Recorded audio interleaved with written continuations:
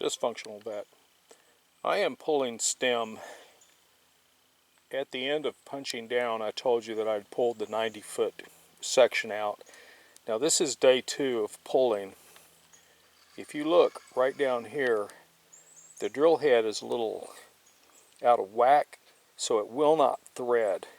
I've got to get that straight, and then I can start it. Run the drill for just a moment, it will thread itself together, and then I can start lifting up. I'm pulling approximately the last 30 feet of stem, and so let's discuss a couple of things that might be of use for you to know. This is my drill tank, and as you can see, there's a tremendous amount of cuttings that have come up into here, and this has been shoveled out a couple of times. I've got a pile of crud over there, that black mud, and I have some samples here. What I did after I had drilled down, and I had to stop for the night, and the reason I had to stop is because it got so dark I couldn't see, and I didn't want to have electricity over here where I have so much water. For some reason I was concerned it might be a shocking event. Once I had drilled down, over here you can see the discoloration in the forest. I pumped the produced water and cuttings that were in suspension out. The next day, what I did was I measured the depth. I filled my settling tank again with water, this time without mixing anything into it. And I pumped the thing for 20 minutes until I was getting just nothing out in terms of cuttings. So my well depth is set. All the material that can be flushed up with the mud pump have been flushed up, and whatever is left is going to settle to the bottom, and that will give me my total depth. Now remember, I'm at 90 feet. Now right here you can see that link that's on this 100-meter or 300-foot, 333 feet line, and I dropped that in, and I was able to get it down to about 84 feet. So that means the last 6 feet of the well that I drilled to 90 feet has sedimented in, which is fine. I mean, it's going to happen. So I have my, by the way, this is casing, I just laid it out here. So I have my tape measure here, as you can see, and as soon as I finish pulling the stem, I'll measure again. I'll find out where my static water level is right now, just so I have a reference of where it's at this moment as I start to slide in my casing, and I'll show you that as I do that. We're going to go off camera in order to finish pulling the stem, and for the record, you want to be real careful when you're taking the stem apart so that you don't end up dropping a piece down your hole. That way, if you drop it down the bore, it's gone, and it may keep you from getting the rest of your drilling apparatus out. The drill bit that I'm using is a 4-inch drag bit, and I think I paid $160 for it. I don't remember exactly, and I'm not going to go dig up the records, but I think it was about $460. I bought it from the same company that I bought my drill from, and I will be doing a detailed evaluation, and it's going to be called lemon or heavy cream. So be watching for that.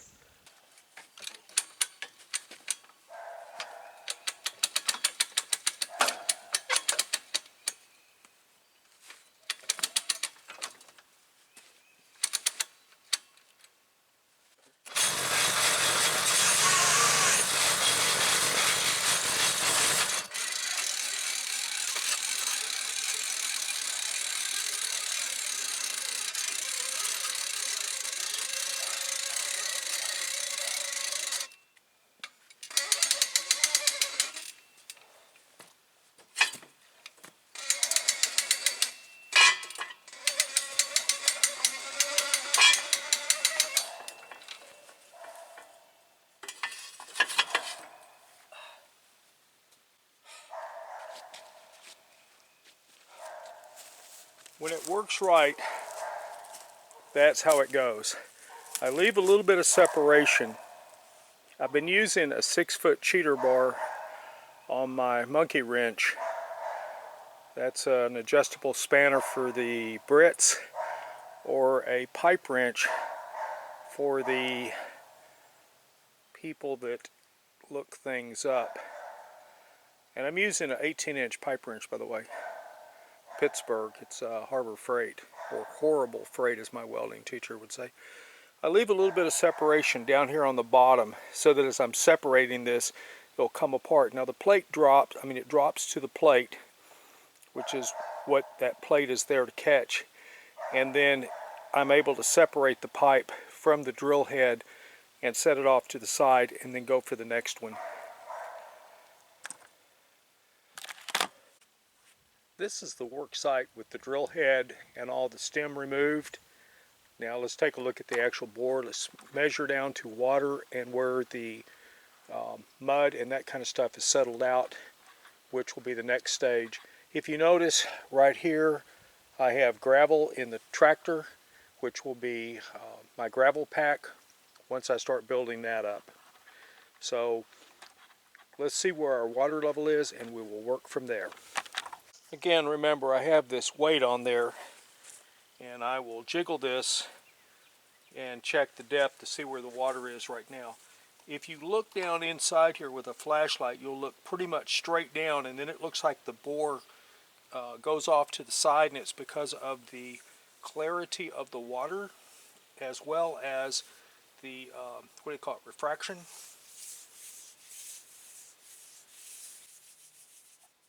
All right, there's our water, and we are at 13 feet striking water.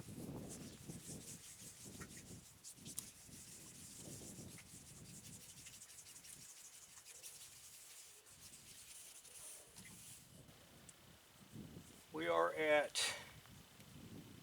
70 feet, and it's still taking water.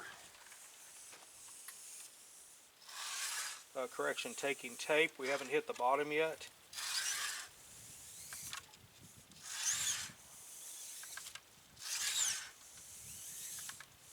We're at 81, 84,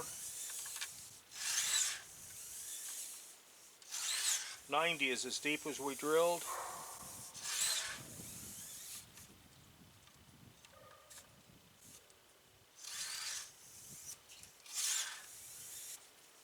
What I'm getting ready to do is I am getting ready to move, get my finger in there, I'm getting ready to move this scaffold or gantry so that my headache ball will be centered almost exactly above the bore, which is about right here somewhere.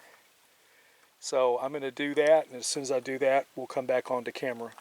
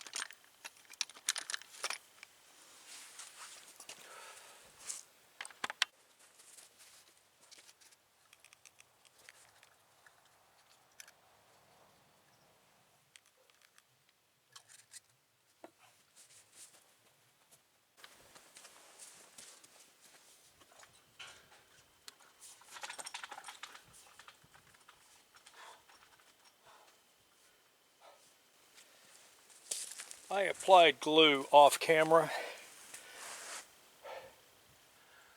We'll now take up the slack. We'll give it a few minutes to set up on here where I glued it together, and then we'll start lowering it. We're waiting for the glue to dry. I'm letting it set up for 7 minutes. I'm running a stopwatch timer. This metal piece that you see here comes with the drilling rig, and it comes with a plate that fits inside there, and that plate allows you to set a I've got it upside down, by the way.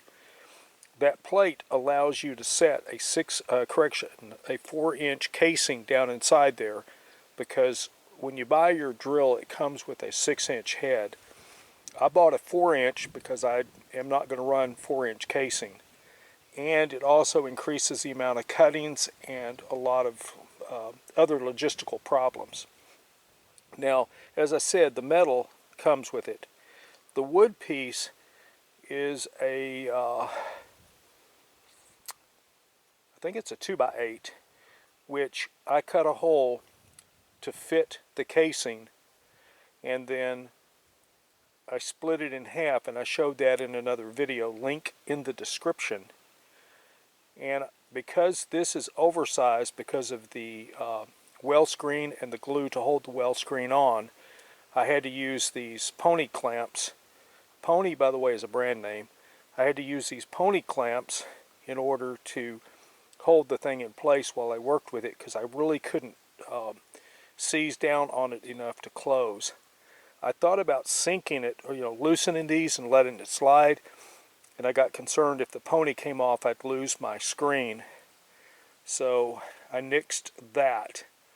In just a moment we'll lower this down, and we'll do this another 3 times, and then we'll have our 100 foot of depth on here, and then this rock that you see here I'm going to start shoveling in. Now the tape measure that's right over here, it's this white stuff that you see. I'm going to be shoveling gravel in and rattling my casing to get my gravel pack in there, and I'm going to continue to do that until I'm above my screen by about, say, 10 to 15 feet.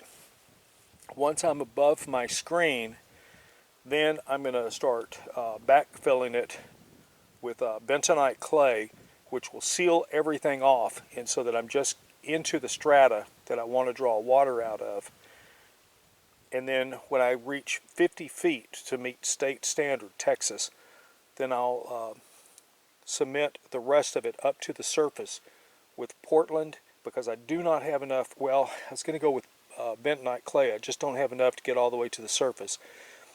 So I'll be putting Portland into it, and you just pour the pure Portland in there, and the Portland will absorb the water and it'll seal it up to meet standard.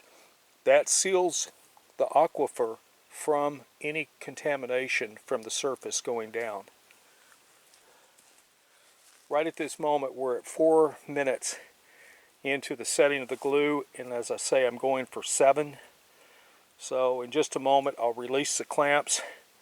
We'll lower this down into the water.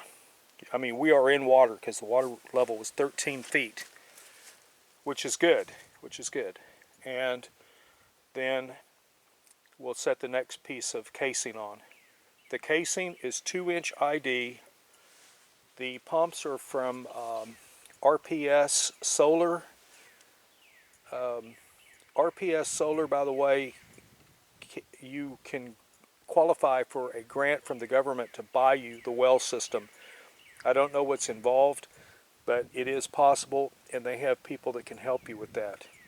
The pumps are low torque, so you don't have to put a torque arrestor on there.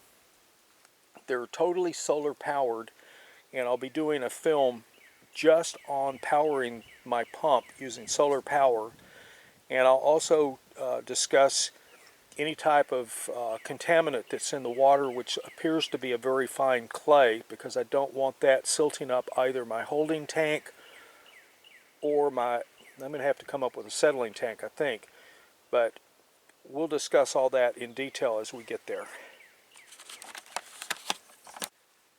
This segment is going to be greatly sped up, but I'll show you the process that I'm doing. And again, just so you're aware of it, this is going to be 60 feet of pipe, and with 40 feet of pipe it was proving to be way too heavy for me to be able to handle by hand, and so I'm going to have to come up with something a little bit different on this one.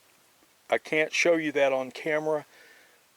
I was hoping this tower with the rungs that were in it would work, but they're too small. I need something larger so I can better do a friction hold and lower it by hand.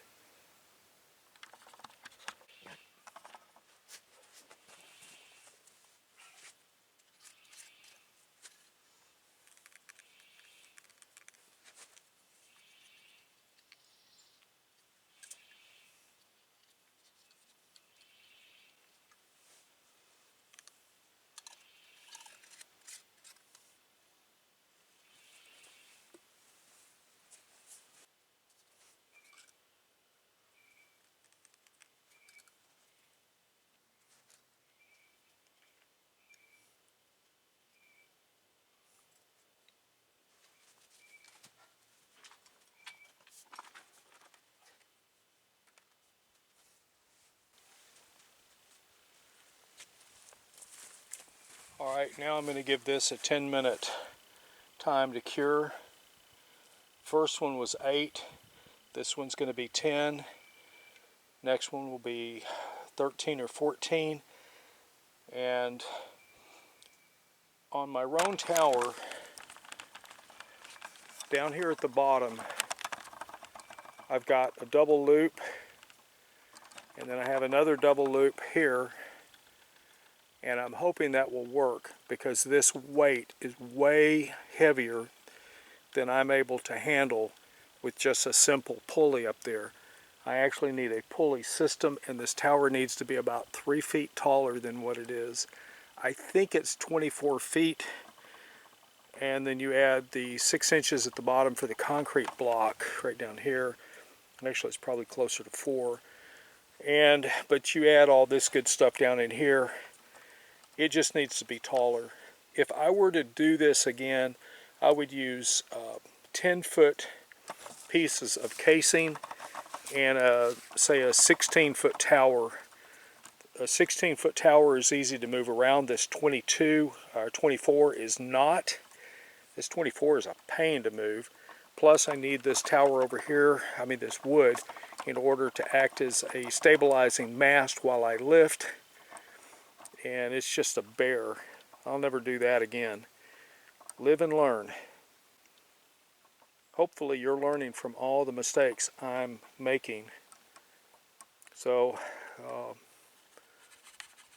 let's start the timer going.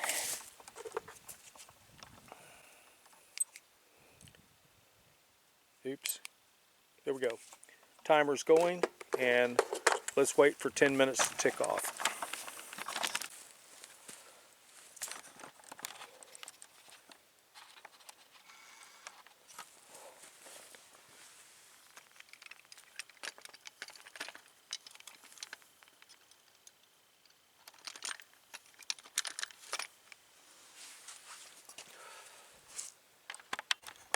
As you can see, I have my 90 feet.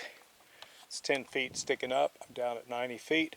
So now we're going to rock it in, and we're going to cut some of this off, and then we're going to start bailing it out.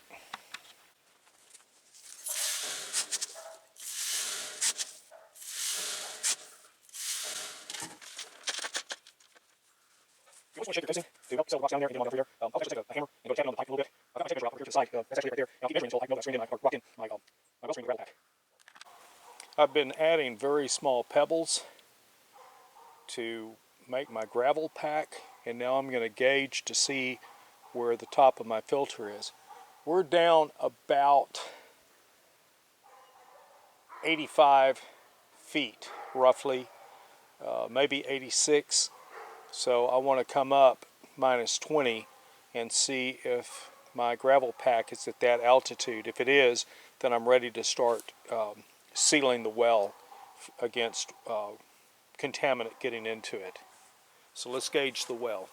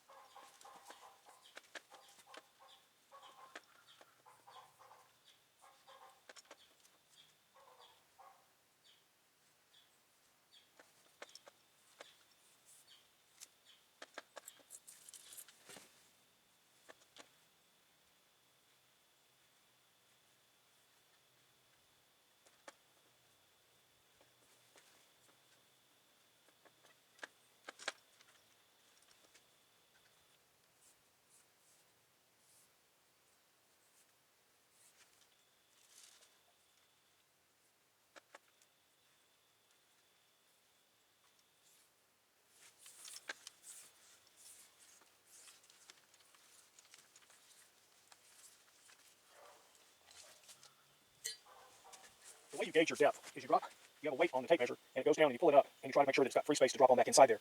Sometimes you can get caught between the casing and the well wall, and you have to work it a little bit to get it to free up so that it'll go ahead and drop down. Now, I have a long way to go before I'm going to be anywhere close to having enough rock down there for my packing. So you see what I'm doing here. I'm going to call this a wrap, and tomorrow when the sun comes up, I'll show you how to develop a well.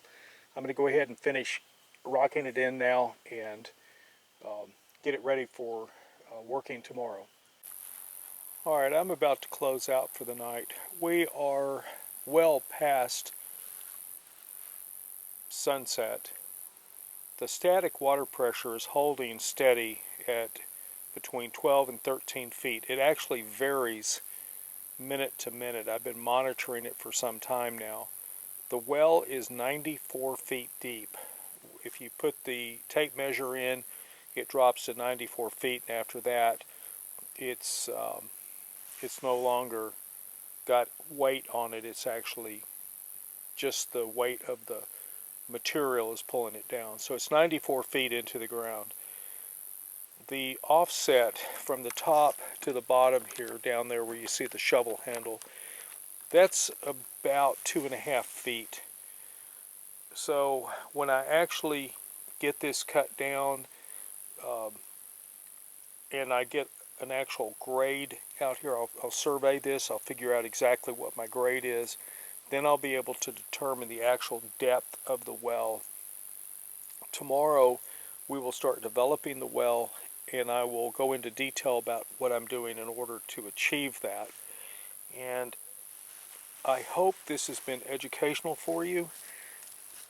Right now I need to still add more gravel into it to be anywhere close to having my 20 foot of filter covered. I'm going about 10 feet above the filter. I'm putting about 30 feet of rock in there, but I am just physically worn out from working. I'm going to ask you to watch the video, Lemon or Heavy Cream, where I'm going to evaluate the drill that I used. Now, I am into water. There's no question that I'm in water.